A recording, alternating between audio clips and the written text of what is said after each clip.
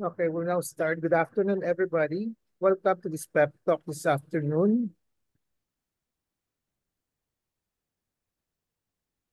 Please mute yourself, but always show your video picture. Sign in your names, your Facebook account, or email addresses in the chat box. Please include the names of companions attending with you.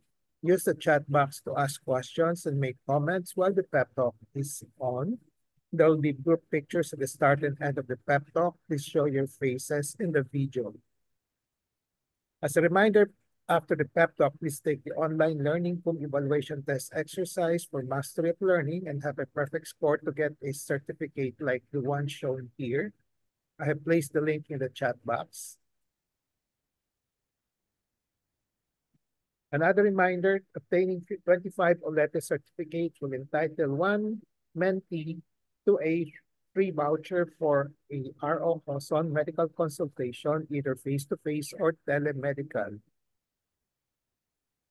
A request, please type in your feedback in the chat box during the open forum and before we adjourn. Thank you. Let's now have a group picture taking. Before we start the pep talk proper in 2 minutes, please turn on your video and show your faces.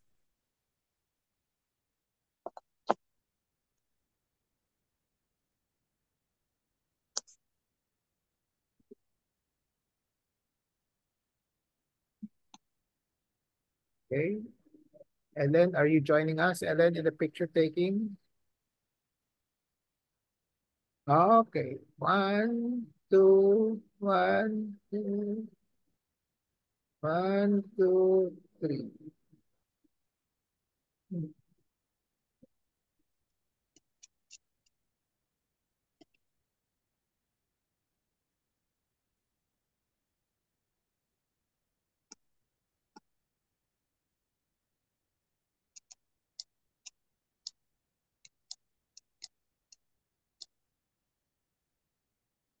I have a patient empowerment program in which I like to empower the lay people or patients to take control in the management of their health. I started the pep talk on May 15, 2021 during the COVID-19 pandemic. There are 3 courses in the pep talk. I completed the 4th course on October 9, 2021. And since October 2021 onwards, I've been tackling health disorder and health issue courses. We are now actually on our 3rd year. Actually, we're finishing the 3rd year. So we started May 15, 2021, and now it's already May 11, 2024. So 3 years now. My pep talk today is entitled Cancer Burden, Global and in the Philippines. The empowerment objective is for the lay people to have an essential understanding on the cancer burden in both global and Philippines as part of their health management. The contents of this pep talk will be the following. We will define what is a burden, what is a cancer burden, what is cancer burden both globally and in the Philippines, what are the essential components of a cancer burden both internationally, globally, or in the Philippines, how common is cancer or are the cancers in the world and in the Philippines, global cancer burden, what are the differences among regions or countries, what is cancer burden in terms of cost of medical management to the country and to the family and to the community. And last topic will be how to lessen the cancer burden in the country as well as in the family. A disclaimer, this talk will contain my thoughts, perceptions, opinions, recommendations culled from the experiences of my personal experiences and other experiences of other professionals. Let's start with the first topic. What is a burden? What is cancer burden? What is the cancer burden both globally and the Philippines? Burden is generically defined as a load that is associated with hardship to carry, so something hard to carry, and a problem which is difficult to solve. So that's the generic layman's definition of burden. Cancer burden in a population or a community is the load of cancer cases, the load of cancer cases that is associated with a hardship to carry. So it implies that there is some problems, some difficulty, some hardship to carry in that number of cases, and a public health problem that is difficult to solve. Cancer burden in the global and the Philippines means the extent and magnitude of the cancer burden both worldwide and in the Philippines. And what are the essential components of a cancer burden both globally and the Philippines? Meaning, what are the things that we have to talk about when we talk about cancer burden? So number one, what is the cancer problem and can it be annihilated as a disease? Number two, how common is cancer in the world and in the Philippines? What are the differences in cancer burden in the world and in the Philippines? We're now trying to compare the incidents, the problems in the world and also in the Philippines. What is the cancer burden in terms of cost of medical management to the country, the specific country, the specific community, and a family? So, what is cancer and can it be annihilated as a disease? So this is the first issue that we have to tackle. Cancer is a disease that is caused by uncontrolled growth of cells, which can invade surrounding tissues and which can spread to distant sites, yung mga malalayong lugar, and organs. Usually, pag nag-spread na sa ibang lugar, malayo na, usually this is the antecedent, the cause of the death. Hindi naman immediate cause, pero malapit na. So, that's why it's called antecedent cause of death. It is a disease, cancer is a disease that has been present since time immemorial, matagal na yan. First recorded by the Egyptians in the Edwin Smith Papyrus, 3000 BC, 3000 before Christ pa, existing up to now.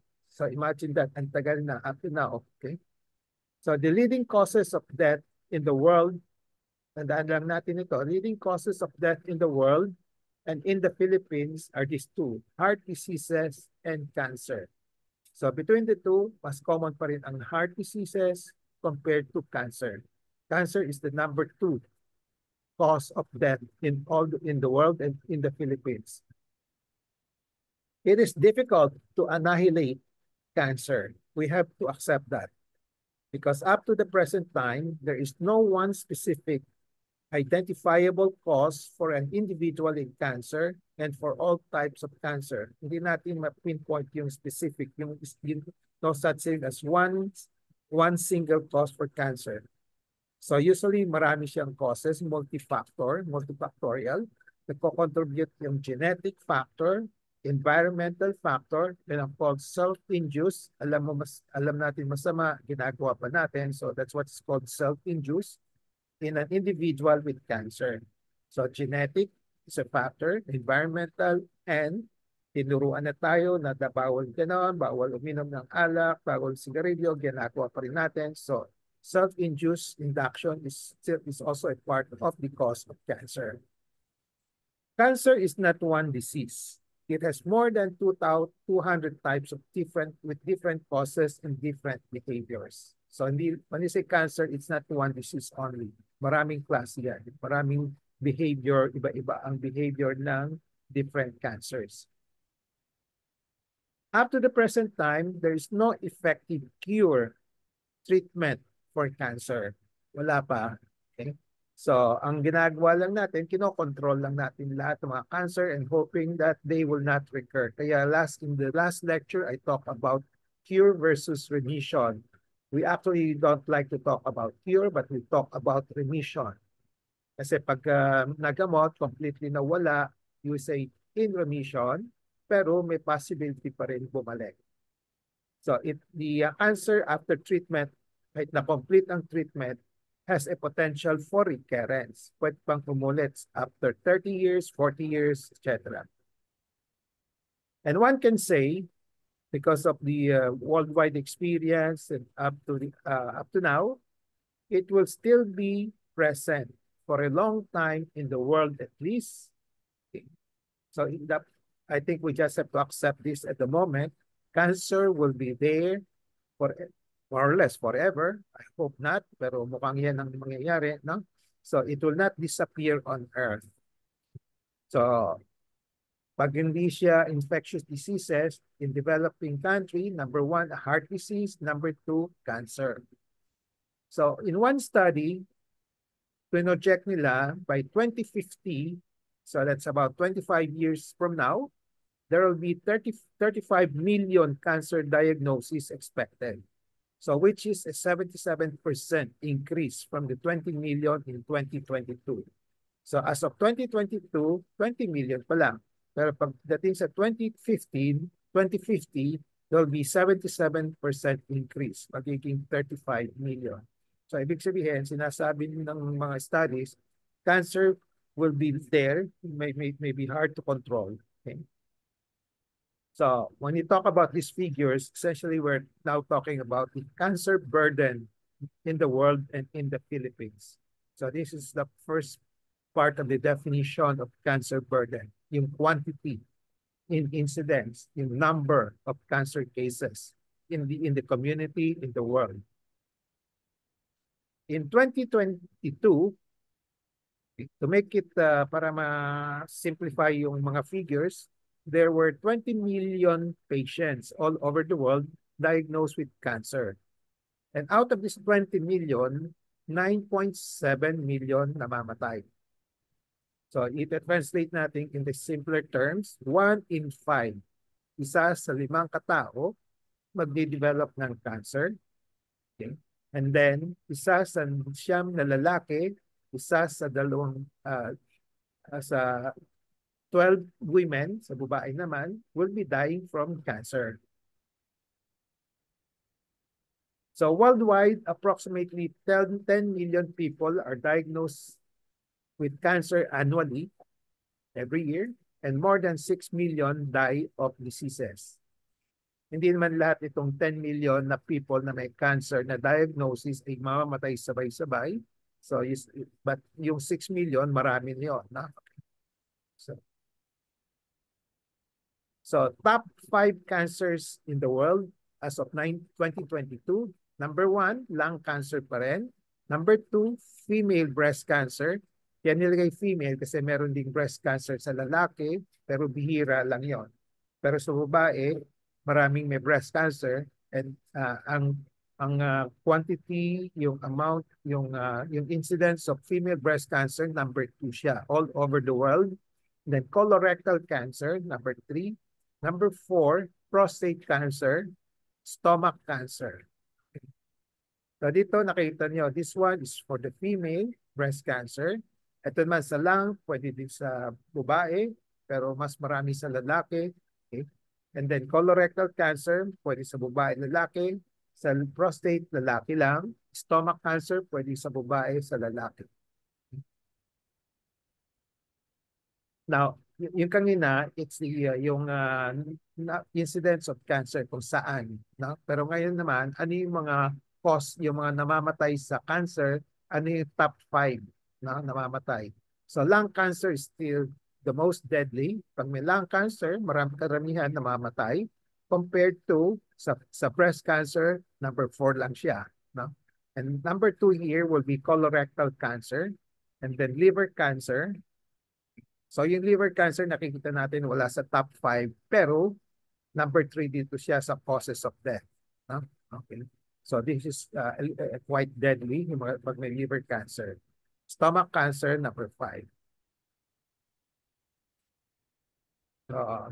As I said kanina, by 2050, there will be 77 increase, okay, from 2022.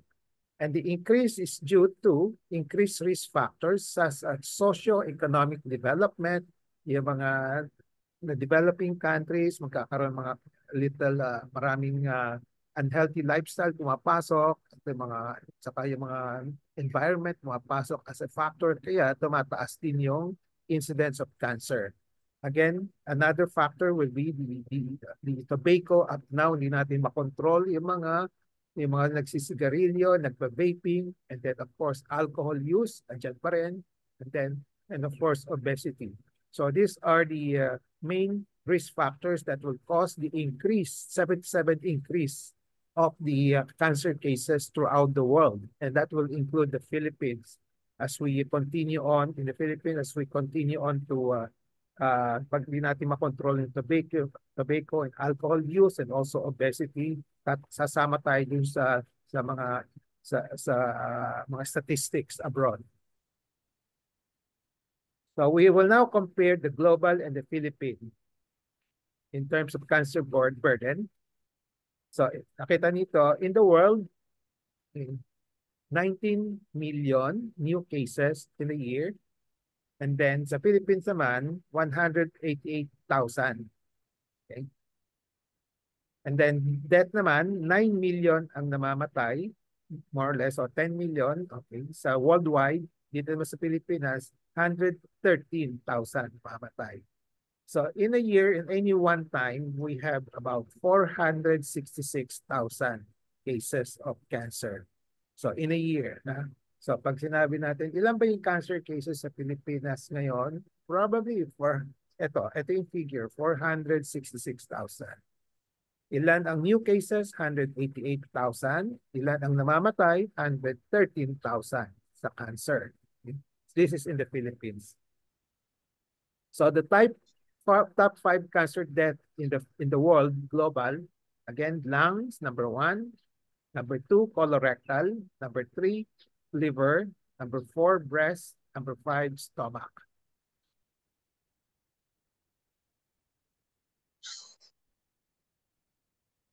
Ito naman, comparing the male and the female. No? Sa male, lung cancer is number 1. Number 2 is prostate. Yung number 5, number 4 dito sa world sa both male and female combined, naging number 2 siya sa lalaki. Then colorectal, number 3 for male, and then stomach, and then the liver. Yan ang yung mga standing nito. Sa babae naman, ang pinaka-common, breast cancer. Then followed by lungs, okay, colorectal, and then cervix cancer.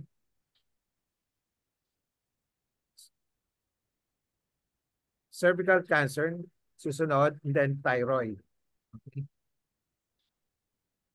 So, I just mentioned the top 5, pero lahat ng organs in the body pwedeng tamaan ng cancer. Example, you have the bladder, you have the esophagus, the pancreas, the kidney, and then the oral cavity, and the skin, and the ovary. So, lahat pwedeng tamaan ng cancer sa yung mga lahat ng organs sa katawan. Now, in the Philippines naman, ang top 5 cancer death will be the lungs, number 1. Number 2, breast.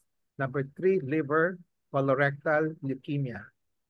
Magkaiba lang konting statistics, pero number 1 pa rin yung lung cancer as the first, the notorious cause of death sa Philippines. Okay? Kung sa Philippines, top 5 cancer for the males, sa mga lalaki, lung cancer is number 1. Sa babae, breast cancer is number 1. Number 2, for both male and female, pareho sila, colorectal.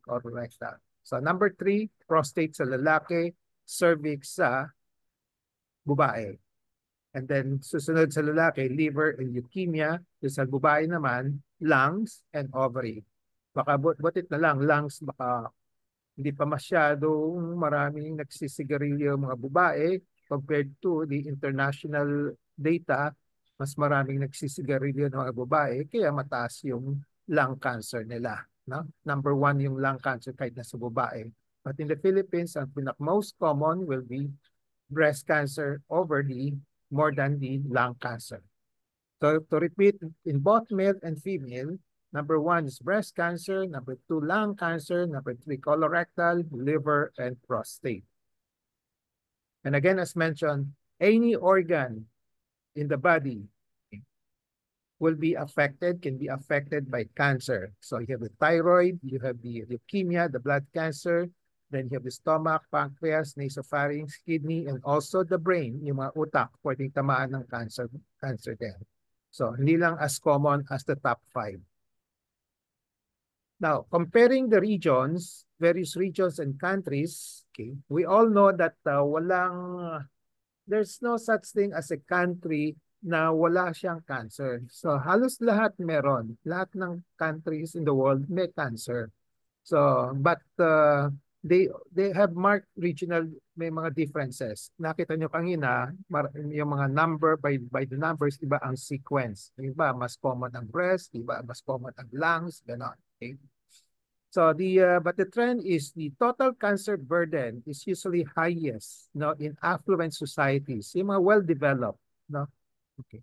Yung mga maraming mga technical development, environmental development.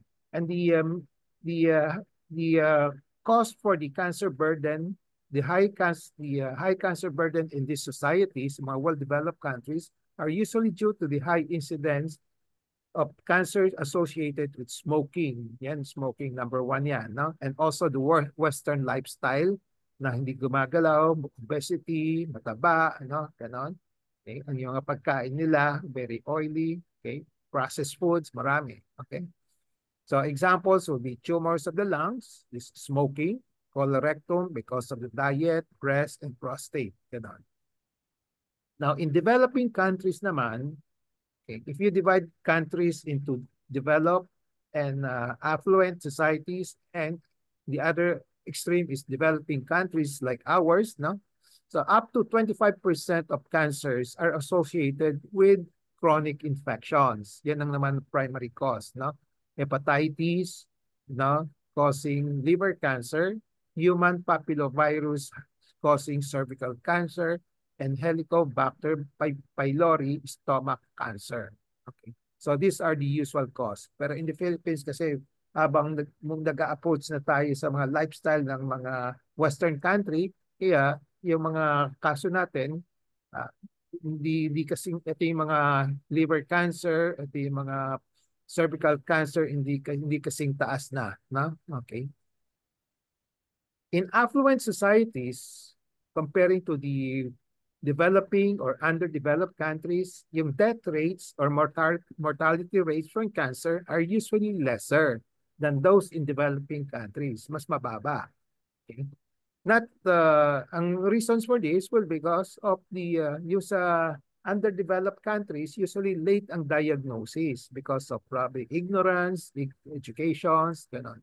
And then number two is the difficult access to cancer management. No? Okay. Makikita natin mamaya yung pagpunta sa doktor, kung meron pa walang cancer specialist, that's one factor, o yung mga financial considerations, no? And also the weaker national health system, okay, sa developing countries. Mas mahina dito sa developing countries, kaya mas mataas ang mortality rate sa developing countries compared to those in the mga developed countries.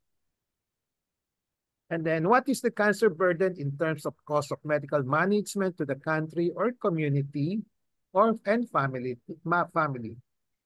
Ito, no-brainer ito, lahat alam natin. It's very, very expensive. Now, when you have a cancer in the family, if you have cancer in the community, if you have cancer in the country, so malaking budget na dapat i-donate, i-alat ng gobyerno, dapat, no? Kaya usually hindi kaya, no? Okay. So very expensive to the country national health system, very expensive to the community health system, and then to the family health system. Okay?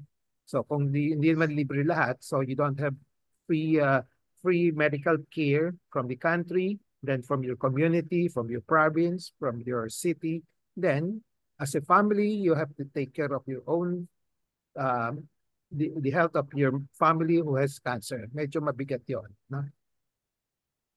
How to lessen the cancer burden in the country and family? There must be a well-planned and effective and efficient cancer control management program, not only in the country, community, and family. So strictly speaking, dapat meron magsisimula doon sa country and then magka-cascade down to the community and to the family. And the family should be supportive or should collaborate with whatever cancer control program in the community and in the country. Okay? Okay. So yung country naman, community, dapat suportahan yung mga family. Number two, how to lessen the cancer burden. There must be health education, like patient empowerment program that we're doing now, and then also collaboration of all the citizenry. Hindi kanya-kanya, hindi yung iba, hindi nakikinig, matigas ang ulo, no? Okay. So there must be collaboration, education, and patient empowerment on the strategies to control the cancer and how to lessen the cancer burden. So in terms of health education and patient empowerment, so this should be done. Create awareness on the cancer burden, which we are now doing at this moment. Okay, I'm trying to create awareness of the cancer burden so that you start thinking how to lessen, at least in your family, yung cancer burden kung meron mang tinamaan or in the future baka tamaan ng cancer. As we said, hirap i-control, i-prevent yung cancer. We cannot totally control it, no? But may mga 30 to 50% chance that you can control it with healthy lifestyle. So we should be doing that, no? Okay. Number two, for patient empowerment and health education, we should educate the lay people on the alert symptoms and signs of cancer to promote early detection. Example will be pag breast self-examination, yan tinuturo natin. Pag may nakapa, no? That's an alert signs and symptoms of breast cancer. Kapatingin ka agad. No? Kung meron namang skin lesion na hindi gumagaling, that's another example of alert symptoms. So number three strategy on health education will be to educate the public on the importance of self-examination of the body followed by early consult and treatment.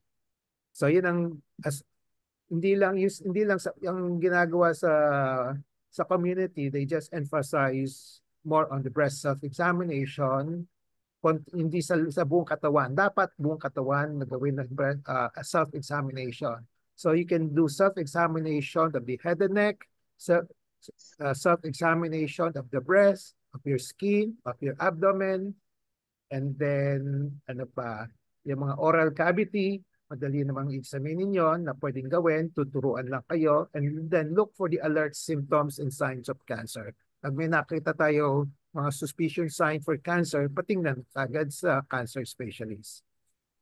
So the other strategy is to educate on the modifiable cancer risk reduction. When you say modifiable cancer risk reduction, there's such a thing as non-modifiable. Example, for non-modifiable, hindi mo mapapalitan will be the age. Pag tumatanda yung tao, talagang mahirap na babain yung risk. Kasi inherent ni yung proseso na age tumatanda. Hindi natin mapipigil pagtanda ng isang tao. Yung sex is also another factor. Example of non-modifier factor. May mga cancer na very common sa female, may mga cancer na common sa male na hindi natin makokontrol. So, but there are other factors which we can modify, which we can help. Usually, ito yon, no tobacco. Pwede namang iwasan yon, di ba? No tobacco, no excessive alcohol, and the most important thing there is healthy lifestyle, particularly on regular exercise, diet, avoiding obesity, and of course, clean environment. Okay. Try to avoid yung mga polluted air that is surrounding your community. If you can avoid it. No? Kung minsan mahirap, pero it's either aalis ka doon or you ask your community leader to try to do something about the community pollutions. Reducing the cancer burden. As I said earlier, hindi natin magagawang 100% na matatanggal yung mapiprevent yung cancer.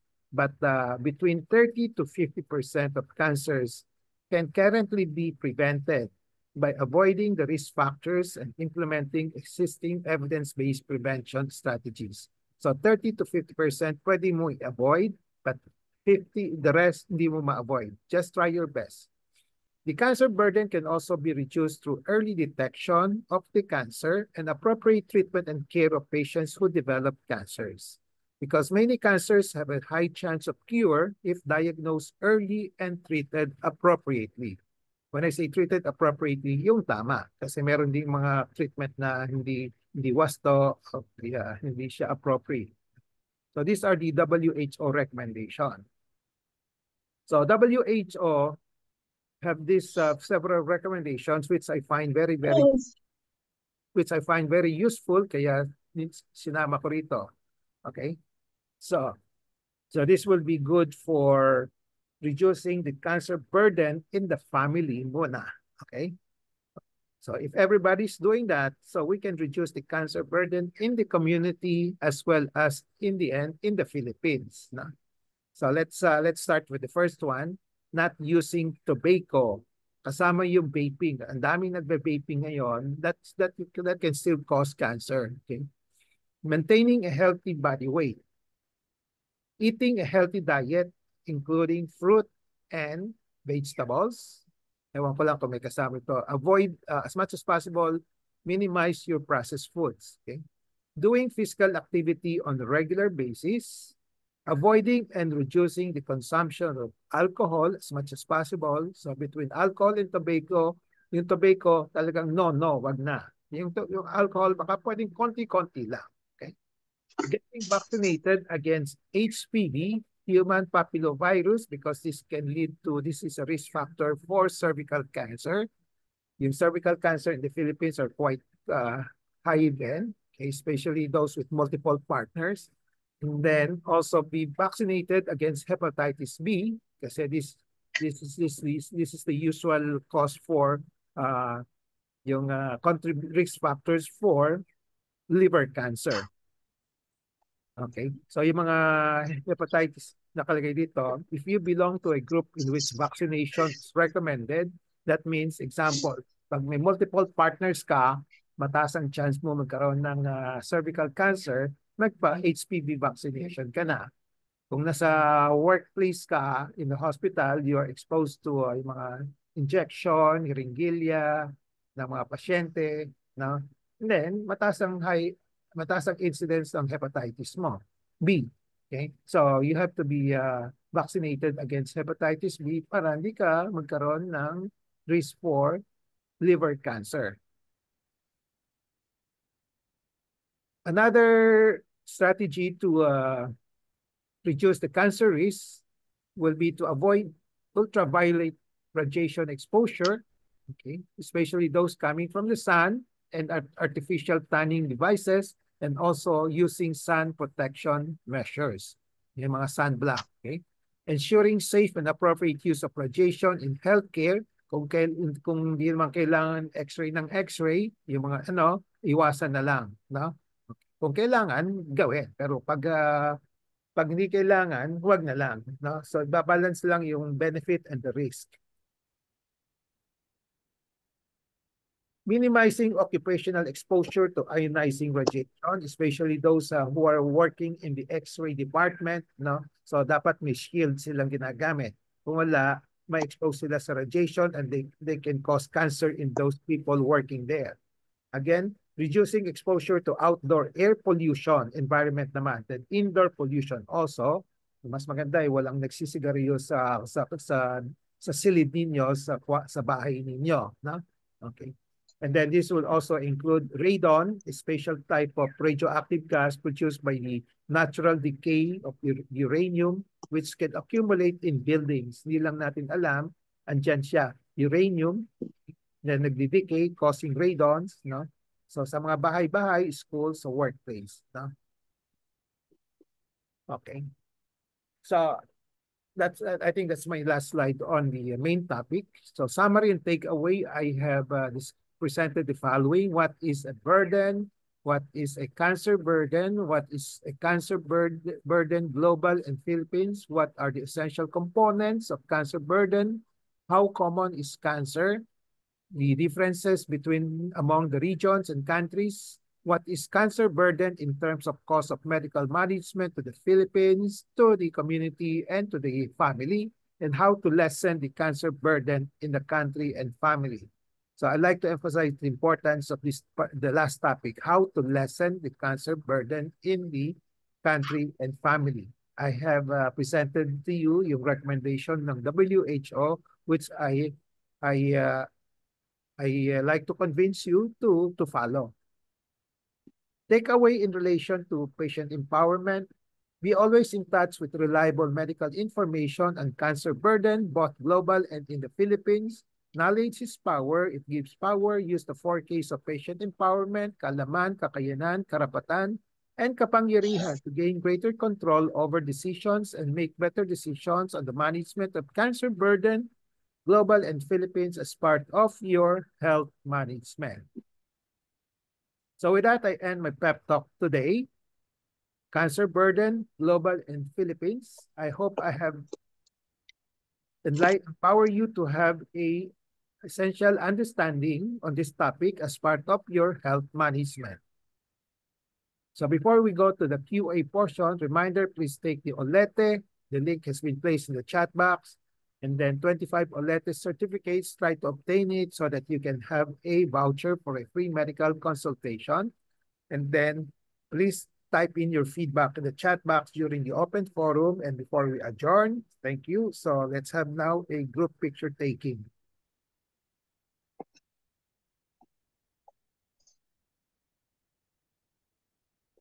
Okay.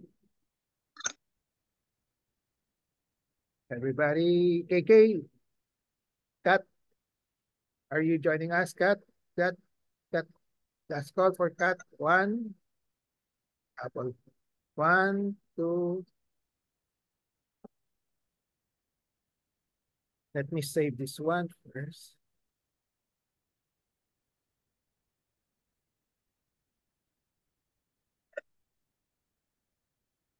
Okay.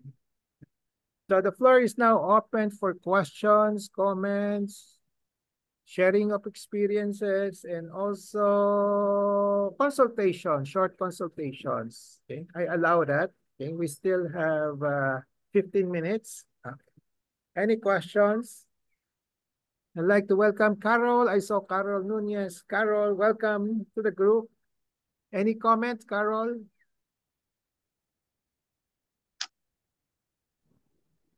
I think, can you hear me? Yeah, we can, loud and clear. Yeah, I think one, what do you call this, non-preventable occurrence of cancer has to do also with genes. Non-modifiable yan. Non-modifiable. Yeah. If you have the genes in the family, like me, yeah. then you have a high percentage, a big chance that you will get cancer and that it can recur and does recur. Yeah. So, yan wala tayong magagawa, no? Yun. We just have to, number one, pray and hope na hindi tayo tamaan. Kasi kahit na may gene ka, so-called gene gene... Deleterious, ano sa akin eh. Oo nga eh. So, when you have a gene, but yung gene you can classify is, you have a gene to predispose you to cancer development. Then you have a gene na talagang tatamaan ka talaga. Na? Okay, andyan yan. Okay. So, for those, yung potential, yung predisposition to cancer, we just continue on with yung mga modifiable behavior that you can avoid, no? And then so I hope, pray and hope ka na lang na hindi ka tatamaan, no? Ganon, no? Okay. Yes. So you like to share your experience, Carol? With gene ka eh, no? Yun, in and out. I had 4 primaries. And they were all addressed. I had remission, varying years, but I had chemo only once. It was when I was diagnosed with endometrial cancer stage 4. That was in 25 years ago, 1999. But since then, there has been no no chemo had been advised. You did not advise any chemo. Yeah. The colon. So, na-count mo na apat pa? And Apat. then for the ampula. So, apat Apat. pa? I had the urethra. Urethra, Yeah, urethra. ureter. Ureter. Ureter. Ureter. Tapos, and then endometrial. Endometrial. And then Colon colon. twice. And then Colon. the periampula. Okay. 4 different areas now, the 4 Yeah. different types. So, yan ang Carol. Carol Nunez with 4 cancers. Okay. So, yan ang personal burden niya. Personal Family burden. din. Kasi like my 2 nephew, well, 3 of us in the family, 3 out of 7 have cancer. Although my brother has been declared cancer-free for almost 30 years kasi nag-total colectomy siya kaagad after the second surgery. After Pero the downside is that he after any meal he has to run to the bathroom in 10 or 15 minutes because the ileum I think was connected to the rectum. to the rectum. Yeah. Oh, Pero so, dalawa yun. yung cancer niya? Dalawa yung cancer niya? Sa colon lang siya eh. So Pero isa lang. he Isa had lang. surgery twice. Isa Yeah, lang. but Isa lang. if you classify it in terms of organ, isa lang. Isa lang. Hindi Sa tulad kanya. sa'yo, apat na different Ako places. apat na different organs. Okay. So, And then yung sister ko din. Ay, yung sister mo, ilan ang sa sister mo? Isa lang, colon din. But she died after 5 years kasi late na yung diagnosis sa kanya. Stage 3 Okay. agad. She had chemo, 5 years lang siya. Okay. At yung cousins ko din, some survived, some did not. Pero liver and... Ilan na may multiple cancer, different organs? Hindi ko na alam eh. Ikaw lang? Ikaw lang? Ako lang yata. Pinakyaw ko. So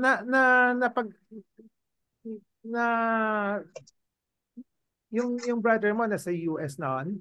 Nasa US siya. So, But nag-examine siya na study for genetic, ano?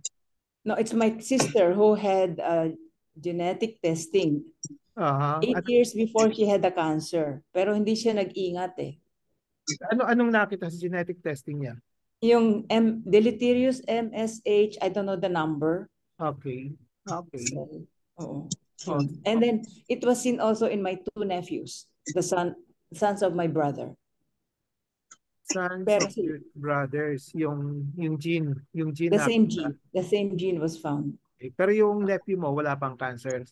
Wala. But they have regular screening for colon cancer. Yeah. So screening na lang. Okay. So if you're predisposed to something, screening na lang. So that could be part of your strategy to diagnose it early. No? Yeah. But there's also the risk.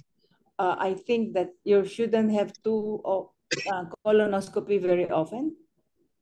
Kasi sa colon, is the screening only in the colon or should it be in the colon only?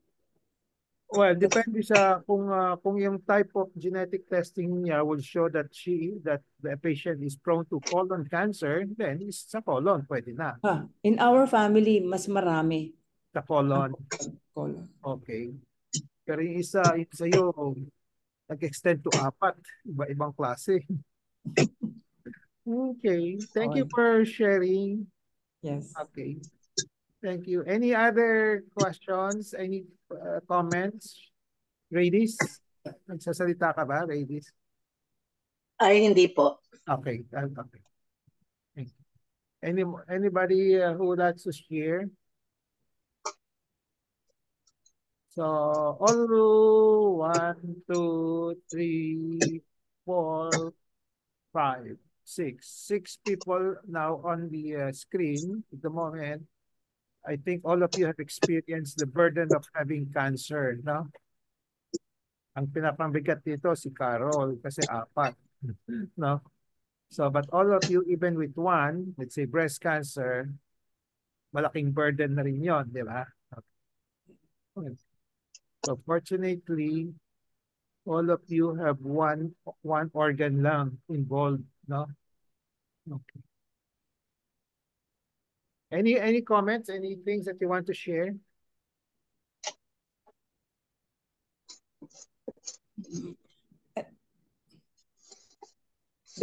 Doc Ray, Yeah. yung program for communities, yung making people aware about, cancer prevention, parang there's very little unless it's the cancer month.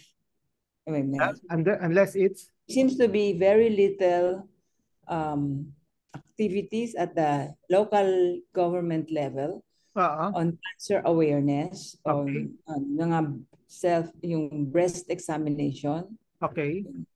Unless it's a cancer month. Cancer Oo, month. ganon. Oo, Okay. oo. So even with cancer months, kasi may cancer months, I think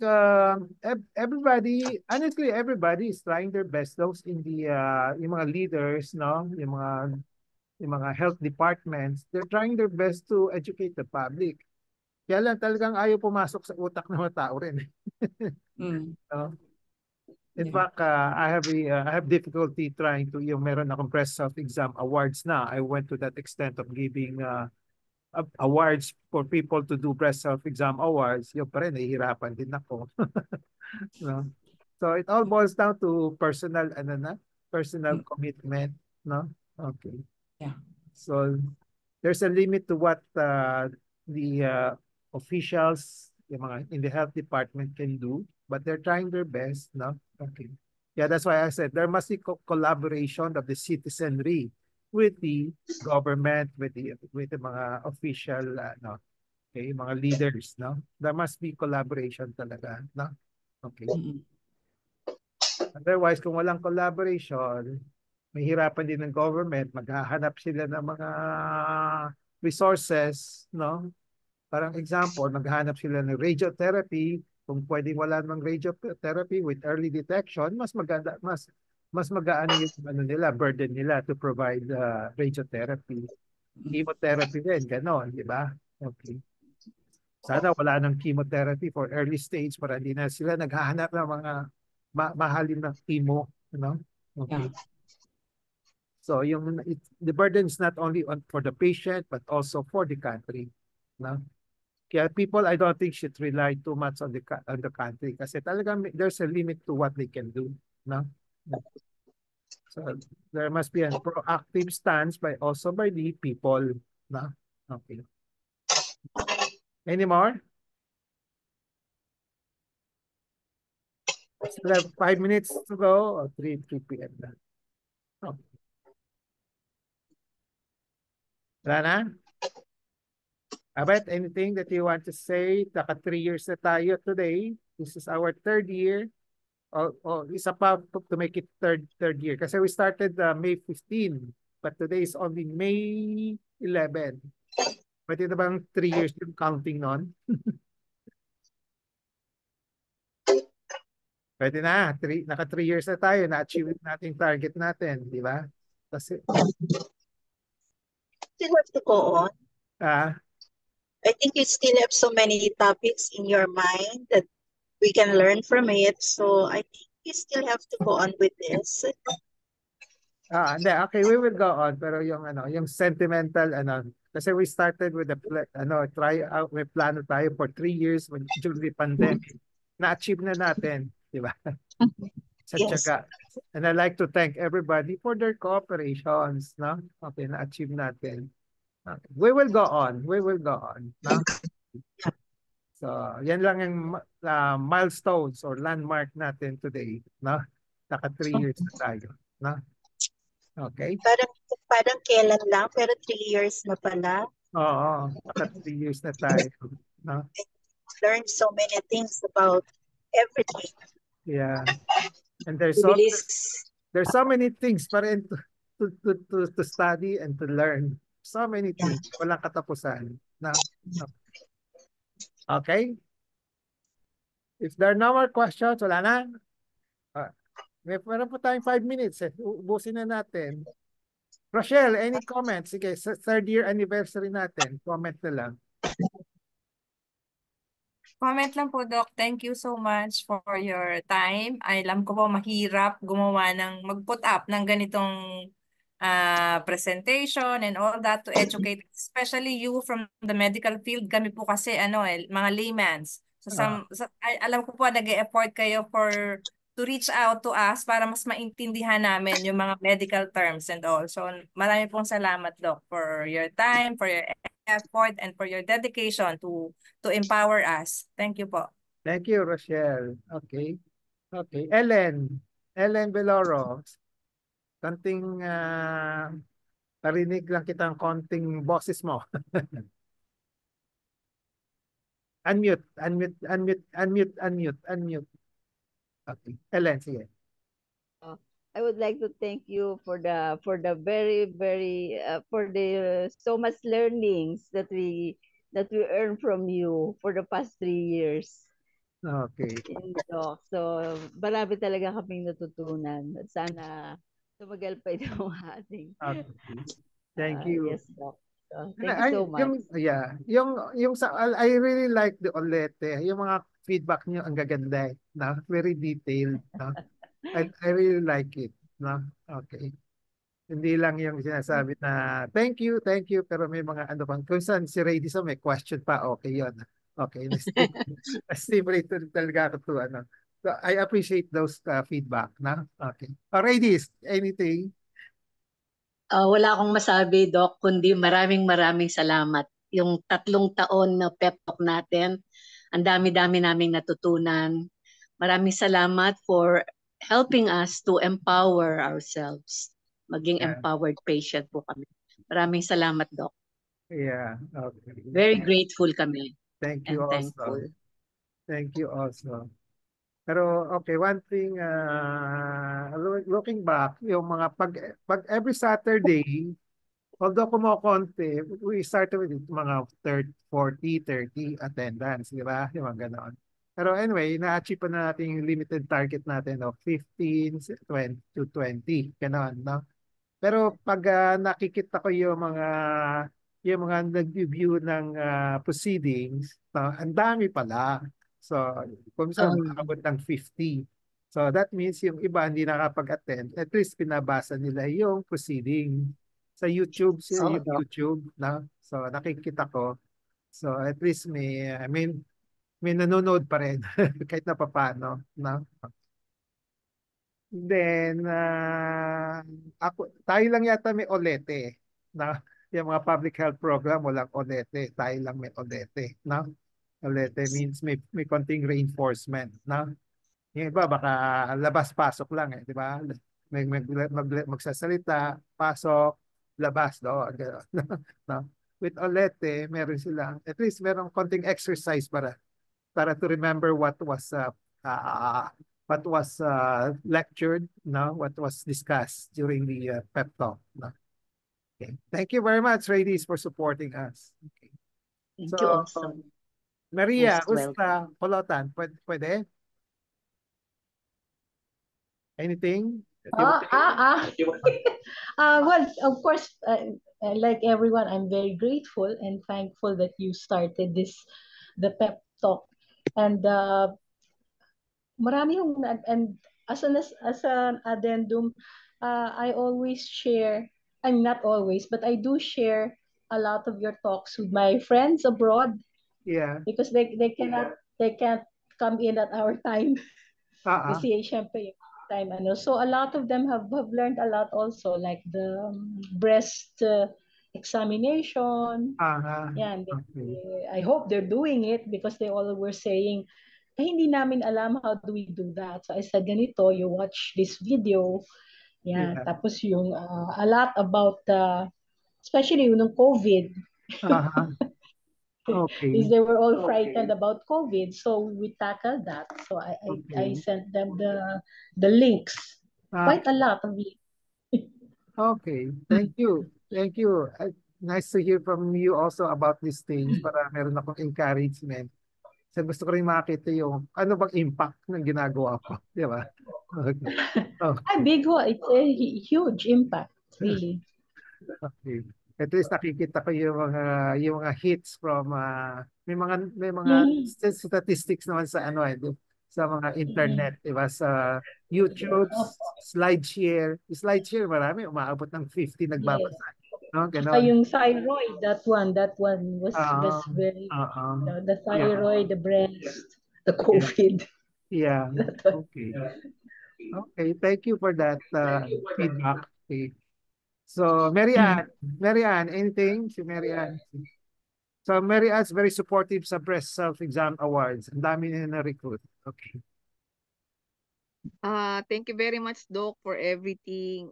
Bali, marami nga pong gustong sumama kaso sabi nyo, ano na, yung late na Oo sila. nga eh, Yung late na eh. sabi ko next Sayang. year na lang Next sila year na mag-join. lang. Next year na lang. Sana Sinabi ko meron nga. pa. Sana meron pa. Okay.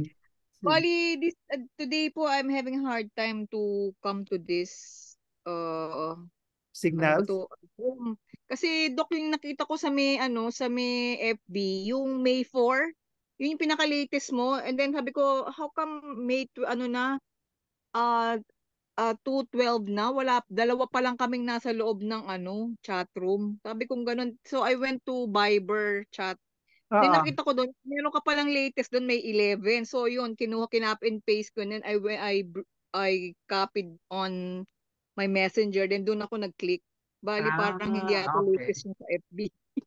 Yun lang, Doc. FB, baka hindi pumasok. Pero may pinasok ko kasi I was in Pagadian kasi for a mission. So pinost ko na, as early as Saturday, pinost ko na yung notice. Then Sunday, pinost ko na ulit and after that, hindi na ako nakapost kasi walang signal sa Pagadian, walang internet signal, ang Okay. pangit, no? So when I returned home yesterday, Friday, pinost ko ulit.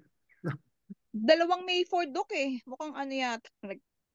Anyway, Duplicate lang. baka hindi pumasok sa iyo. Minsan ganun eh, no? Anyway, I'll sit Buti with that. Viber. I'll post it at least 3 times a week. No? Okay. Anyway, thank you for attending. Okay. Okay. Thank you, Doc. Oh, Phoebe. Anything, Phoebe? Oh, si Lorly. Oh, Phoebe, sige. Anong comment mo after 3 years of si Phoebe ang top notcher yata sa Olete. Di ba? Unmute Phoebe. Yeah, okay. Thank you, Kata. Nandito pa kami lahat eh. Kompleto pa rin yung naka-attend. Diba? Yeah. Simula, nandito kami lahat. Okay. Parang one family na kami. Okay. Thank you. Yan Top notcher ka eh. Wala. Hanggang ngayon. Okay. Thank you. Okay. Okay. Oh, last na lang yung nakikita ko rito na lang. Last si Lorly.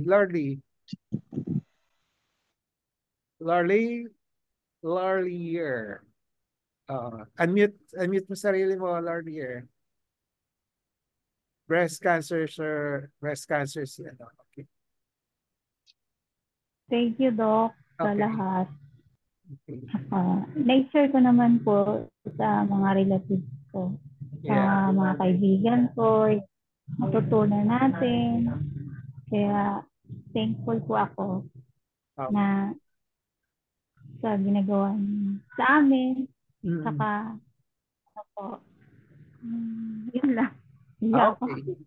Sige. Thank you. Kasi Sabi sa wife mo po, Mother's Day. Mother's Day. Kailan po yung Mother's Day? Today ba? Bukas po. Bukas na ba? Sorry, nakalimutan ko na. Bukas pa. Sige. Thank you. So anyway, today kasi parang third year, marking the milestones of our third year. Kaya gusto ko lang marinig yung mga feedback ninyo. So we will still continue on. Probably we will just the issues na lang. Maraming issues kasi. I will just talk out issues. Okay.